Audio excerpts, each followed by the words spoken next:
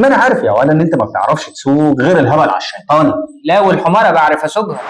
يا عصفور، انا هعلمك سوقة الموتوسيكلات يا ولد. انت بتعرف تسوق موتوسيكلات يا عم دمران؟ لا انا ما بعرفش اسوق. امال هتعلمني ازاي؟ هو الموضوع بسيط وسهل، ما تقلقش. انا هدخل على الشات جي بي تي واقول له يا شات جي بي تي انا عايز اتعلم سوقة الموتوسيكلات، هيقول لي على طول. طب قوم بينا جوه. على فين يا ولد؟ على الراجل اللي انت بتقول عليه ده يا عم دمران. زمانه نايم دلوقتي، احنا نبقى نروح له بعدين لما يصحى.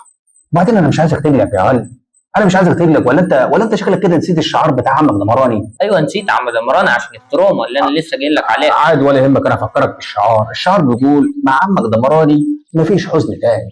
قصدك مع دمراني انا شلت ايه يخرب بيتك؟ شلت ايه؟ ده هيجيك شلل في مناخيرك اللي عامله زي علامه الاستفهام المقلوبه دي. يقول لي شلت يا واد انت اتعلمت الجماعه دي فين يا ولد؟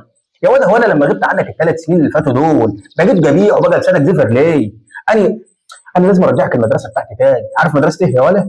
مدرسه دمراني للاخلاق. وما تقولش اخلاق ولا تقول ايه عشان خاطر انت عارف انت كلامك بقى جامح اليومين دول، وانا مش حابب الكلام اللي انت بتقوله ده. بص، وانت هتركب الموتوسيكل يا ولد وهتلبس نظاره ومعاك في ايدك دي تليفون عليه جراب من اللي بيلمع، وفي ايدك التانية علبة السجاير والولاع. ايوه بس انا ما بشربش سجاير. لا، ما هي السجاير والولاعة دول بتوعنا. طب لما هم بتوعك هتخليني اشيلهم ليه؟ لزوم الوجاهة يا ولد. وانت بتشرب سجاير يا عم دمراني؟ لا. امال بتوعك ازاي؟ عياجة يا ولد. يا واد يا عصفور، احنا في زمن بيحب المنظرة. العياجة والوجاهة بقوا أهم من أي حاجة. الناس بقت بتبص للشكل وتسيب المضمون. الناس بقت بتحكم على الناس من الشكل.